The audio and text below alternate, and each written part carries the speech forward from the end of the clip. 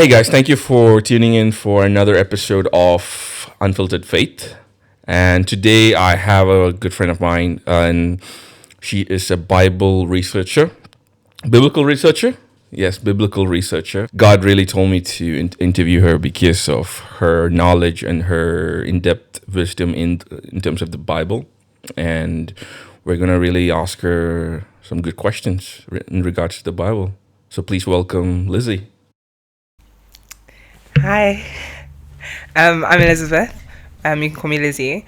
So I currently am taking a bit of a year gap, and I'm just working, and that's where I'm doing Bible research at a Christian book company. It's so much fun. And then next year, by God's grace, I'll be doing a PhD in Bible research, so in theology. She's gonna become a Bible scholar. Bible scholar. So good. So cool. Yeah. So before we start, do you want to start with a riddle? I do. Guys, I do. Lizzie is very good in riddles. I don't want to say too much, but I will give all my comments afterwards because I have a lot to say. So I love riddles. I don't know if I've told you this riddle, so if you remember it, just let me know. Okay. One night. Did I give you the one night one? Yeah. I think you mean with the queen and the king. And the king. Yeah. Okay, let me give you another one. In a pool, there are... In a what? In a pool. Pool, okay. In a pool. There are 20 people, Mm-hmm. but 24 heads. How's that possible? In a pool, there are 20 people, 24 heads. But there are 24 heads. It's a simple one. I would say out of 10, difficulty is like 5. It's a simple one. Oh, man. 20 people, but 24 heads. Maybe. Try to visualize it. In a pool, there are 20 people, but 24 heads. Are there pets in there? Think of when you envision a pool of 20 people. What do you see? What does it look like? A pool of 20 people. It's crowded. Let's say the people are in the pool. Yeah. So there are 20 people in a pool, but there are 24 heads. 24 heads. You're so close. You're so close because you're even saying you're so close. Heads. There are 24 heads. 24 heads, Jim. Anyone else got it? Anyone else got it? Have you got it? There's 4 people outside of the pool? No? Okay, thank God. I thought. Do you know it, Naomi? No, Naomi, she's your best friend. You can't say that. Maybe you already told her the answer. I don't think. Have I told it to you before? Oh. Thank you, Naomi, for being honest. Is anybody... There are 20 people in a pool, but there are 24 heads. Am I allowed to ask? Yeah, you can ask. Are 4 of the 20 people pregnant? No. Are we talking about 24 human heads? 24 human heads. And only 20 human beings? And only 20 human beings. Inside a swimming pool? Inside a swimming pool. Or a pool, any type of pool. The remaining 4 heads, do they have bodies attached to them? You're thinking of it in the wrong way. In a pool, there are 20 people, but there are 24 heads. You got it? Yeah, 4 heads. 4 heads. There are 24.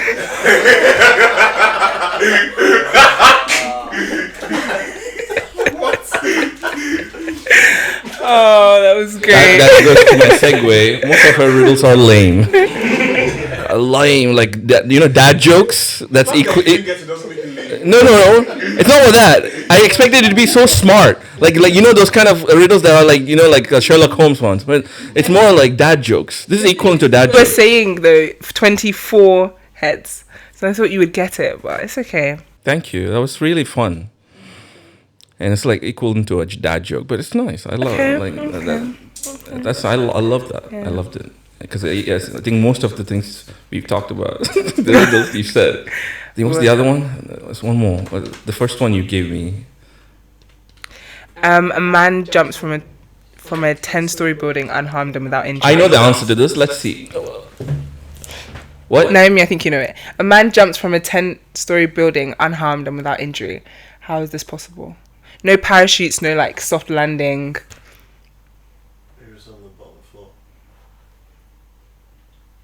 What would you say? He was on the bottom floor. Oh yeah. That's. I thought you said there was something on the floor. No, Yeah. no. He was on the bottom floor.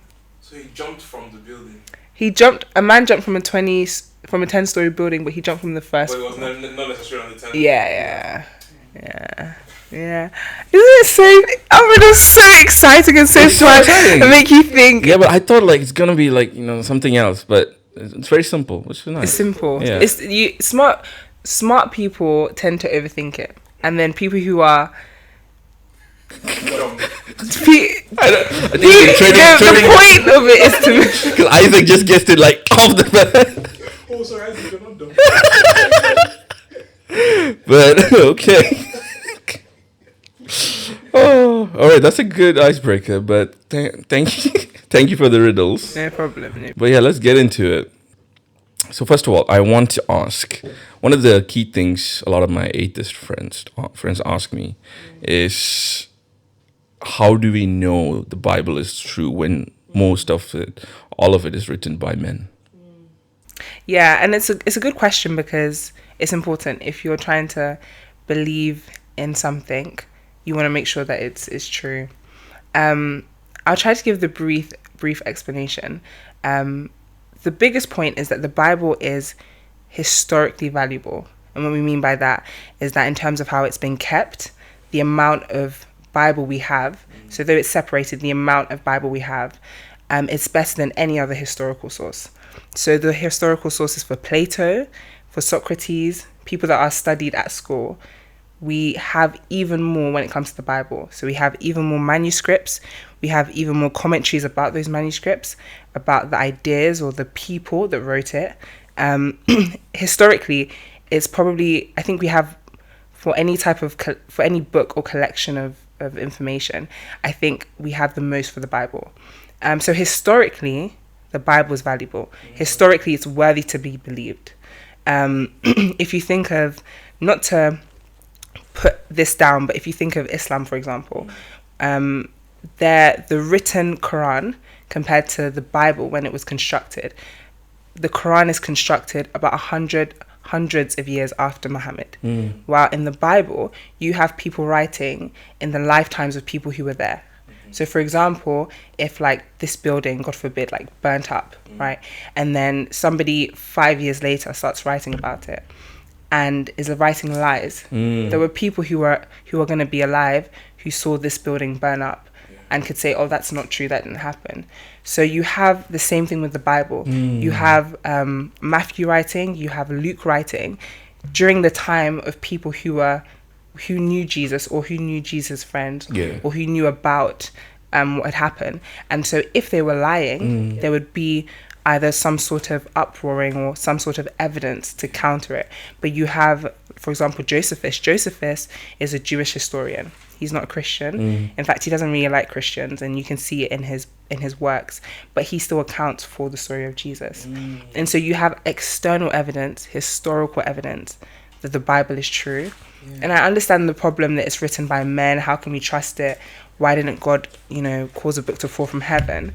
But I think, number one, the most important thing with God is no idols. I'm sure if a book fell from heaven, it would become an idol. People would worship the book as a source of divinity and power and miracles rather than the one who brought the book.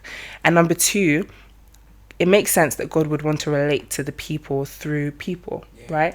Like we relate to one another with each other, with our experiences, with the things that we can connect to. And so God wanted to speak to us through a way that we would understand. Frankly, if God spoke to us directly, it would be very difficult for us to fully comprehend it. So I would say that's it's not an in-depth, but it is definitely, I think, the most two important facts, that the Bible has been preserved for us and that it makes sense that God would speak to us this way. Yeah, and I think one of my friends directly asked me that, and the thing I told them was that if it was written by just men, why would imperfect stories would be existing in the Bible, for example, like David's story, or any of the other stories like Job, or I'm not saying Job's story was imperfect, but rather like suffering, too much suffering. If they want to point out this God is great, there won't be any suffering. Like, you know what I mean? And like so many, like Abraham, struggling with faith and so forth. Like you can take every story in the Bible and you can see there is some kind of struggle, some kind of imperfection, some kind of humanity there, where that's not, if men are the one who wrote it, they would write perfect stories, not imperfect stories. That's good. And actually, in philosophy, we have this term epistemic distance, which is that sometimes the divine or God will do stuff where it's not a direct display of himself, so that there is space for doubt, so that we have the option to believe. I mean, if you think about it, if God came down and was like, I'm God and this is my word and this is true, there'd be no space to not believe. And if there's no space to not believe, then your belief is not a choice, right? You're compelled to believe. And so you can relate it to the same thing. Even though the evidence is strong that the Bible is true and comes from the Holy Spirit and from God, there is still space for you to choose if you want to believe that. And so I think that's definitely consistent with God's character. Yeah. And when God says, I am the Word, and we look at the Bible, what does he mean by that?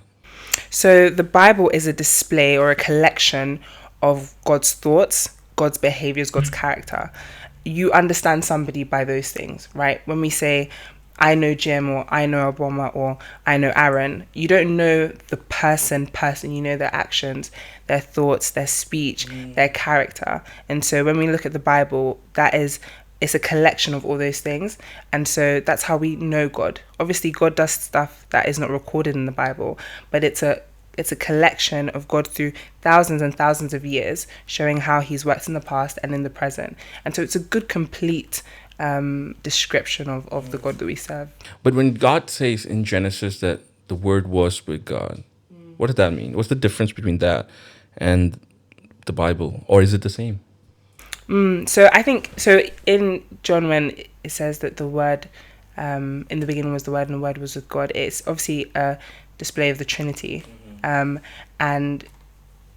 I believe that the Trinity is not something we can fully comprehend. There's no way I think we're going to fully comprehend God in our understanding.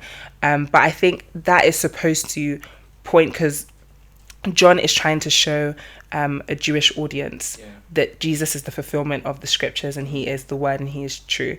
And so his purpose aligns with the fact that he says, in the beginning, God was with God, to show the Trinity. But I think in terms of the word, I think it's, Jesus is the fulfillment of this word and Jesus is the perfect display of God. And so once we understand this word and we understand the person who is being described, then we understand Jesus and then we understand God.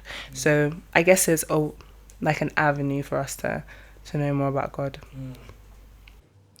That's nice. So when you say that in Genesis, when they say the word existed even back then, you mean the Trinity rather than anything logical, right? Like it cannot be logical. Like, can it? The Trinity? No, not Trinity, but rather that when it says in Genesis the word was God or with God and stuff along those lines, because people tend to get confused. And how do we define that? So just to clarify, you're asking that can we understand God being with God and God being the Word? Yeah, the latter part.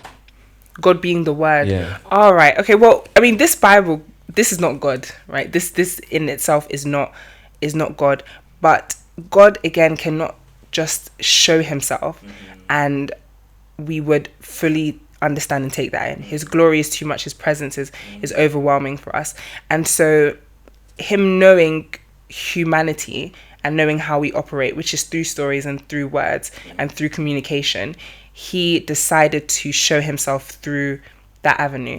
And so we understand that God has presented himself in the Word of God. Even though it's not a full display, it is still what we need in order to develop an honest relationship with him based on truth and spirit. I hope that's answered your question. Yeah, that does.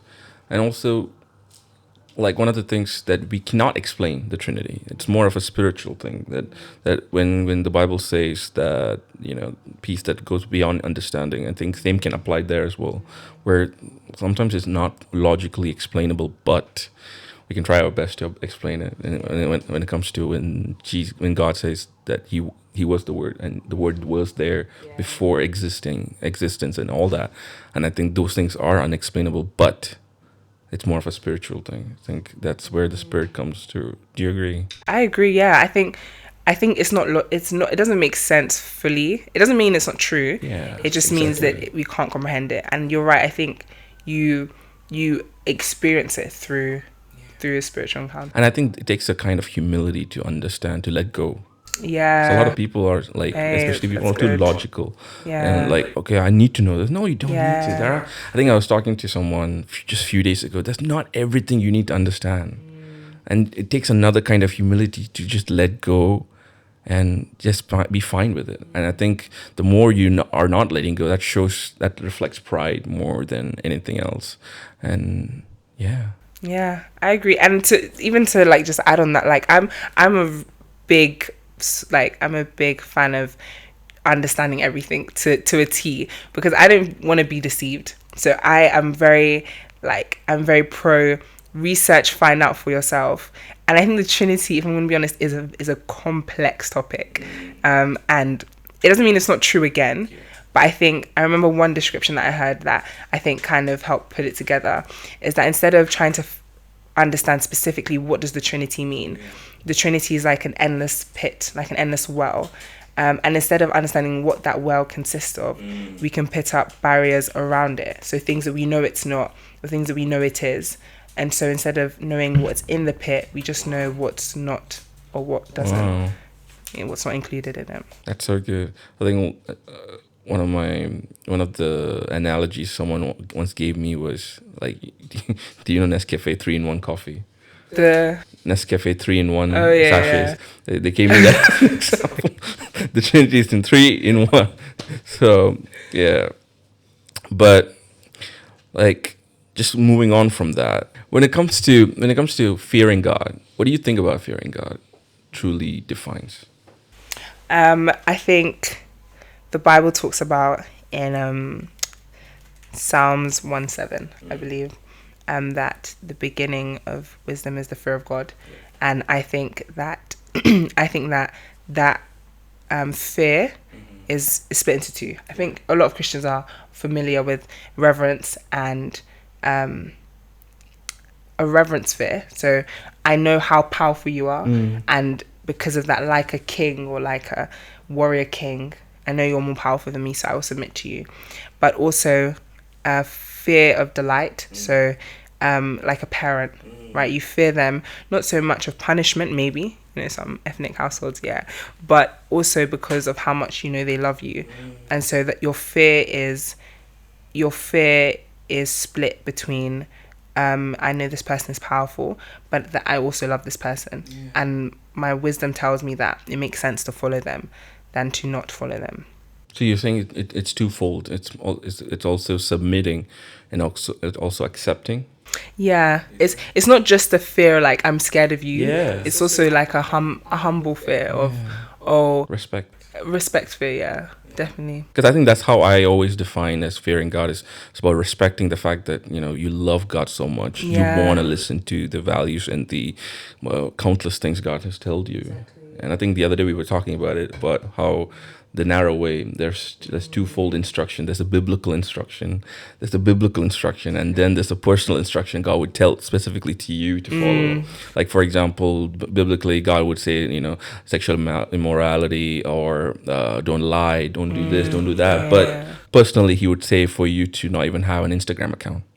Or personally, he would tell you not to even listen to worldly music, secular music, because you might get influenced by music so much, or don't even watch movies, like stuff like that. But those are personal instructions, and I think listening to the personal instruction is more of also like involves fearing God. And agreed. Yeah. So, and how do you think people can practice fearing God? Oh, that's a good question. I think obviously the Word of God. Yeah. I think that's your primary way to go.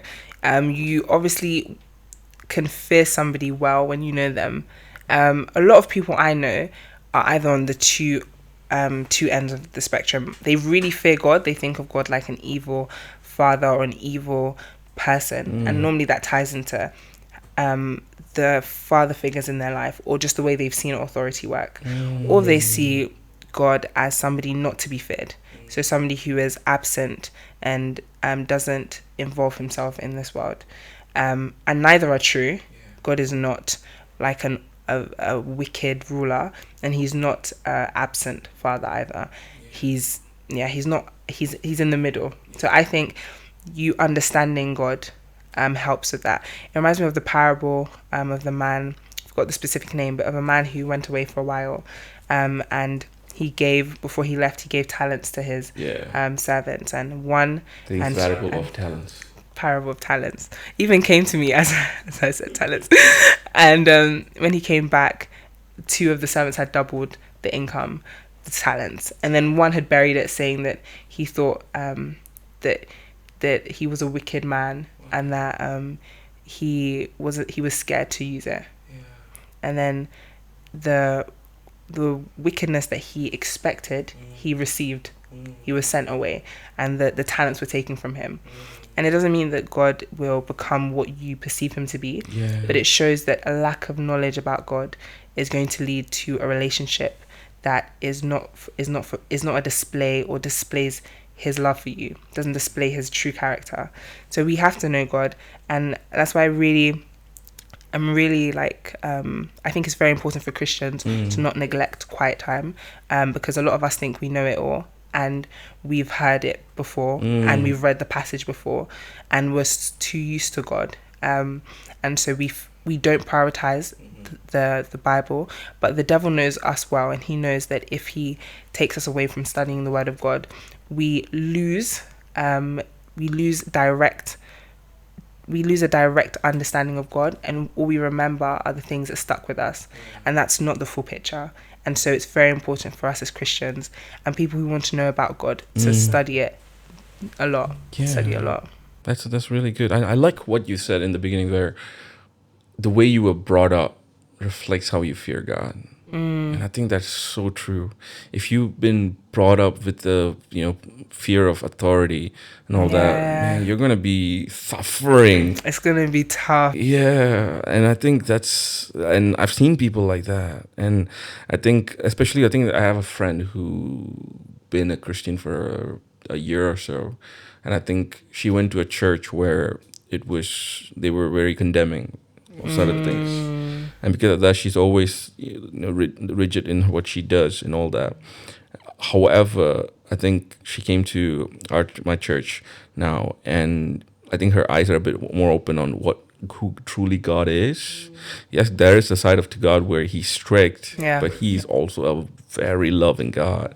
I think we can see in the Old Testament where in Amos, or in the book of Amos, or anything, something along those lines, God is trying to curse against Israel, but in the same way he's in the Kings he's cursing against Israel and all that. You're gonna be like this, all that. But in Amos, if you go and see, and God is simultaneously telling that I'm gonna redeem Israel. I'm going to love Israel because I love Israel. I'm going to redeem Israel. I'm going to, whichever country is coming and attacking my Israel, I'm going to go and, make sure they suffer. But in Kings, he's saying the opposite, but it's the same timeline. It's the same timeline, and that's how God is, because God is a God of love, but God is also a God of, he's a, and God is also a jealous God. So if you go and idolize something else, he's a jealous God. So I think that's something to take into account. And what do you think about, in the modern times, what idolization it means? That's a good question. I think most people idolize themselves more than anything. They just think that they are smart enough, or pretty enough, or wise enough, or they have enough money. And then that idolizing them, that self-idolization leads into a lot of other things. So they value money, they idolize all these things. I think the worst kind of idolization is one that you're unaware of. It's fine, but it's good if you know you idolize something, because that is the first step. in the Beatitudes, Jesus says that blessed are those who are poor in spirit. They're aware of their poverty in spirit. The blessed, because they can fix it. If you're not aware of your idols, you're in a lot of trouble. Yeah. Because you can't lead yourself if you're blind. And I would say, in terms of the idols that people are most unaware, it has to do with themselves. And people know, most of the time, you know the kind of idols you have. It's just whether you're willing to accept that this is a problem and this is something that I want to change, than it is that, I can't find it, or I have no awareness of it. Give me an example. What do you mean by idolizing oneself, and then the root of it all goes back to self, but they're idolizing money? So, for example, somebody who works at Morgan Stanley, has a good income, very young, and the way that they speak of themselves, the way they present themselves, is to do with wealth. So from just looking at them, you know they're wealthy. That's not a bad thing, but it's a conscious effort that they've made to present themselves with wealth. And that is higher than their desire to be seen as a servant of God. And normally you can tell just by, as in internally, you can tell by what you think of in the morning, what you think of when you're getting ready, what you think of during the day, especially the first parts of your day. And then really the thing that's causing that is the wealth. So they love money sometimes more than God. And then it just comes into how they perceive themselves. But I think for most people, if you just think of the things you think of in the morning, the thoughts you have about yourself, and the thoughts that you or the kind of thoughts you want to have about yourself, you can very easily tell the things that you prioritize. And those things might not be bad, but if you're not willing to subject them under God, then they're going to become an idol. Wow, that's really good. And I love the example you give, actually, where you said thoughts matter. So what do you think when you wake up? What's the first thing you think when you wake up? And it can be anything, and doesn't have to only be money. It can be from your phone to Food. That's true as well. That's very true, and to so many things. But do you think? I'm trying to construct the question. Do you think that when you wake up and your mind is of something else, that does it necessarily mean you're idolizing it, or does it actually just shows that maybe you're prioritizing it? But because there are some times when you wake up, you can think of something else, but that does not necessarily mean, that you're idolizing it, right? Yeah, of course. Yeah, that's the point. So you, just because you wake up thinking about food doesn't make you a glutton. It doesn't automatically make food your idol. But if you follow sometimes your thought patterns and the habits that you do, then you can see maybe where your alliances are. And then you can see if you put it above God. But it doesn't mean because you always think of food in the morning. And I think that's a good time to always self-reflect, isn't it? Every week, if you have a Sabbath day, you can self-reflect, where you'll be able to know, have my patterns been more of God or of the world or of myself or of things that related to myself. And I think that's such a good, profound revelation, for me right now, because I think Sabbath needs to be used rightly, And speaking of Sabbath, what do you think about Sabbath? I think it's important. We have to rest. Obviously, we live in a very much like go, hustle world. Yeah. And I am definitely a victim to it. Yeah, I just do so much. But I wouldn't say this. I think this is fact, and this is true, and this is biblical per se, but this is something I've experienced. Yeah. So I don't have a Sabbath day. I don't have a day to rest. Even on Sundays, I tend to do a lot of things, but I prioritize small moments during the day. Not tends to be normally in the morning or the evening, that I must spend time with God. So one that I've recently been doing is 30 minutes prayer before bed. So I have to do it because I just have to. Like, if I don't, I just feel like I've missed something. And I think for me, that is small Sabbaths during the week that keep me constant. Because I'm not burnt out yet. By God's grace, I won't be. But I know that those small times are what is keeping me to keep pouring, like whether it's into work or other people, whatever it is. Yeah. How do you define Sabbath? I say rest. Yeah. Yeah, rest in God though. Yeah. Hey. Not just Netflix, not just eating, because sometimes even eating can be stressful. You'll be eating and thinking of the next food or the next thing, but it's rest in God, where only God is on your mind. I agree. And I think we need to realize that sometimes, in terms of rest, our brain's still working. That's still bad. Yeah. 'Cause people think watching Netflix and stuff like that during your Sabbath day can be good if it's not overly done. But watching Netflix all day, Yes. that's gonna worn out your brain and stuff like that. But in terms of resting, how important is it for us to rest when it comes to serving God, when it comes to involving in God's ministry and stuff like that? It's very important. If you operate from a place of dryness, you're gonna give dry stuff. Ultimately, if you don't prioritize God and you serve people in the name of God, you are being prideful, because what you're saying is that I don't need God, I can do it on my own. Obviously that doesn't work. You look at all the patriarchs in the Bible, all of them need God. All of them are dependent on the power or display of God. Yeah. And so if you say that, oh, I can do this by myself, you might not be doing it consciously, but you are telling God, I don't need your help. And most people, you'll hear them say something like, at one time I was operating on my own strength and it didn't work. I don't know many people that operate on their own strength in terms of ministry and they do a really good job for a very long time. At some point you'll realize that you are not enough. So it's very, very important. Very, very important. Yeah, and I think you better realize that sooner than later, because I think some people, like especially people in ministry, they realize it's a bit too late. When they realize the fact that they're running dry, and it's a train crash sometimes. But I actually want to know: is there anywhere in the Bible where one of the disciples and one of the people actually rested? There's not much on the disciple. Oh, obviously we know Jesus rested a lot. Mm-hmm. He took time away. How about Paul? I think Paul definitely rested. He was in prison for a long time. He was in prison. He had to rest. But Peter, I don't think Peter.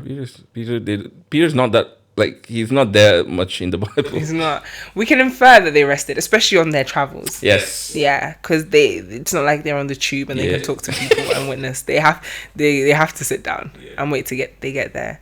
But I think Jesus definitely rested. And you can see they rested because whenever they go up, when Jesus said, "Let's go up to a mountain," the first thing they do is sleep. Yeah, exactly. It's true. Yeah, exactly. They sleep a lot in the Bible. They eat a lot. Like, these guys know how to rest. if you look close. And Jesus even said to them, like, "Why can't you be here praying with me?" It's so profound how resting is very evident in the Bible, but people don't. And the culture, I'm saying the modern culture, not just our church culture, it emphasized more on hustling and emphasized more on that, but not resting. But going off that, how involved do you think people need to be equally when we talk about resting, but equally on the other side, how involved do you think anyone needs to be from a biblical point of view in serving the church that we go to in terms of serving God? Yeah, I think 1st and 2nd Corinthians talks really well on this, in the sense that if you are good at hospitality, do it to the best. If you're good at loving, if you're good at giving, do it to the best. I don't think everybody has to be in sound ministry, in the choir, in other places in the church. I think for some people, their ministry is football, generally, them just being a footballer and displaying whether it's like individually, not everybody might know, but still displaying their love for God. It can be being a mother, you just being maybe a stay-at-home mum, and you displaying, that's your ministry, where you display the love of God through your effort and through your persistence with your children. It can be if you're a teacher. Generally, I think anywhere God has placed you, anywhere you are now, is a place for you to minister, because that's what it is, right? Ministry is a place where you minister. So yeah, I do wish that we would take that more seriously. I think people automatically think of serving and they think of in the church. I think that's good. It's good to serve in the church, but it's more important to serve where you are, because the people who need it aren't always the people in church. It's the people around you who are unaware of God and who frankly might not actually know who God is, but if they see it through you, like we were talking about human connection at the start, that will probably be a better witness to them than, oh, Jesus died for your sins. Yeah. And I love the fact that you said that we can serve wherever we are working or wherever we're at. And because I think I was interviewing my friend who's a police officer, and he was saying the same thing. He said for him, serving is what he does every day at work, doing that, and that for him, that's serving God. He does that for God as well. And like the kind of things we've talked about, we can see that he was called to do that as well. So not everyone is called to do ministry in church. And I think the other day I was at prayer in church, and one of the key things God was burdening my heart to pray is for His children to rise up as leaders in the nations, like how David was. David was not a minister. David wasn't Samuel. He was a king. He was a leader. And I think we need more people in our nation, UK, India, US, everywhere, that we need His children to rise up to be taking on those positions, MPs, House of Congress, and any of those things, where you can influence God's values in the laws, God's values in the laws in the UK. Does that reflect God? How does the state of our country, does that reflect God? And there's so many things that can tell us that we can serve God in more than our church. And it does need to be, because at the end of the day, obviously you can still do that. That's really well and good. But there is more, where you can serve in your workplace. And, God can use you mightily if you climb up and become the leader. And I think we need Christian, God instilled leaders, not just Christian, but rather people who actually follow God, disciples of God becoming leaders. I think that's the most best way to put in the kind of climate we live in right now. Yeah. Scary. But you're right, like in everything, do it unto the Lord. Like, live a life worthy of your calling. So I don't overcomplicate. I know Christians, we like to say, what is our purpose? What am I meant to do? Where am I meant to be? Good questions. But sometimes God wants us to do with what we have, and then He will give us more. But if you don't serve where you are, why would He entrust you with more? Wow, that is so good. It goes back to that parable of talents. Yeah. Are you faithful with the small things God's given you? And then He'll give you more and more and more and more and more. And that's how God always works. And yeah.